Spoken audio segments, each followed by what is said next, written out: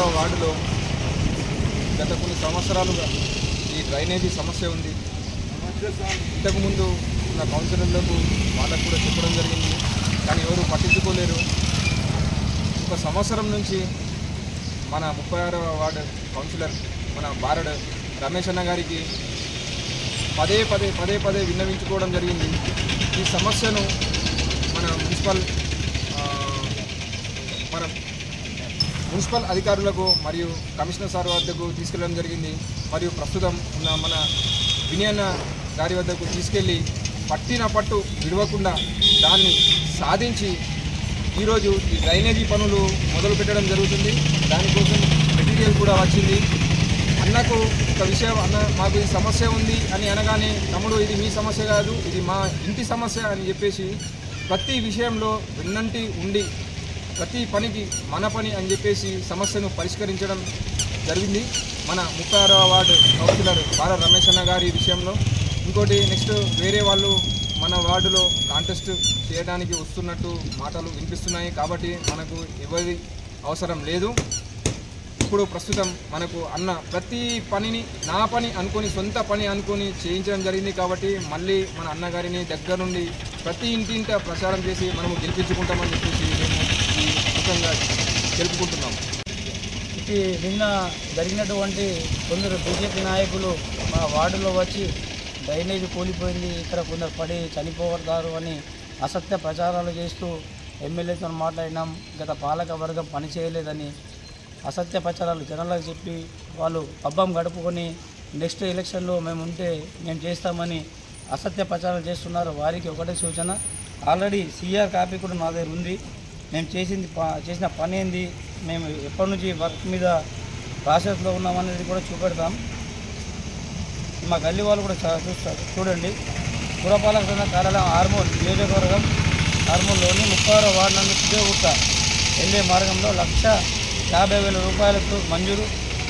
36వ ward council అభ్యర్థన మేరకు ఇది ఎప్పటిది 13/8/2024కు ఆల్రెడీ ఆమోదం తెలిపినాం.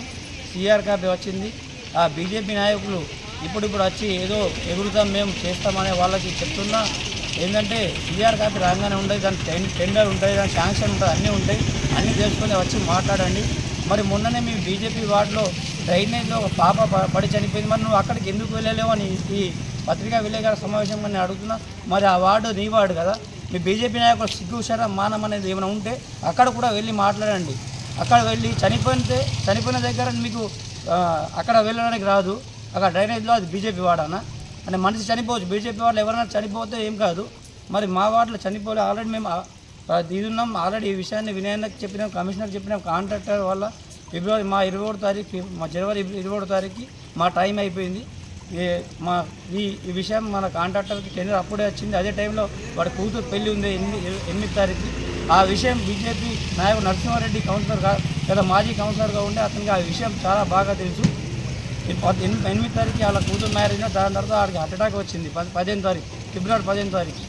మొన్న ఆయన హాస్పిటల్లో ఉండడం జరిగింది. దాని తర్వాత మొన్నటి నుంచి కంటిన్యూస్గా మా మిథున్ గారు అలాగే మా వాడోళ్ళందరూ సభ్యులు కలిసి ఈ విషయాన్ని వినయన్న గారితో ఫోన్లో కూడా మాట్లాడాడు. నితిన్ మాట్లాడాడు, మా అంకుల్ మాట్లాడాడు, మా బాబు అందరూ మాట్లాడారు.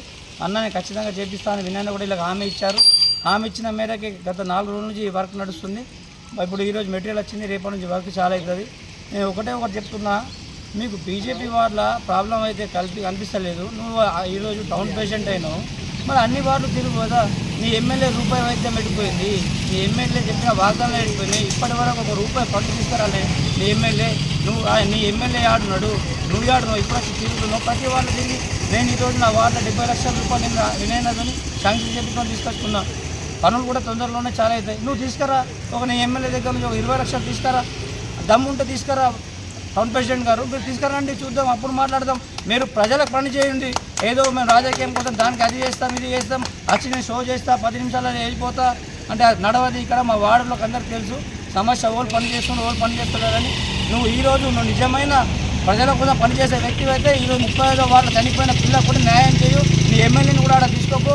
మా వినయన్న గారు ఓడిపోయినా కూడా ప్రతిరోజు కాన్స్టిట్యూన్సీలో తిరుగుతూ ఎక్కడ సమస్య ఉందని తెలుసుకుంటూ అక్కడ ఫండింగ్ కావాలంటే ఫండింగ్ ఇస్తూ నిన్ననే 27 కోట్ల రూపాయలతో ప్రతి వార్డులలో ఎక్కడెక్కడ ఇక్కడ డ్రైనేజీలు కావాలి, ఇక్కడ బీటీ రోడ్లు కావాలి, సీసీ రోడ్లు కావాలని తెలుసుకొని 22 లక్షల కోట్ల రూపాయలతో ఫండింగ్ కూడా పెట్టడం జరిగింది.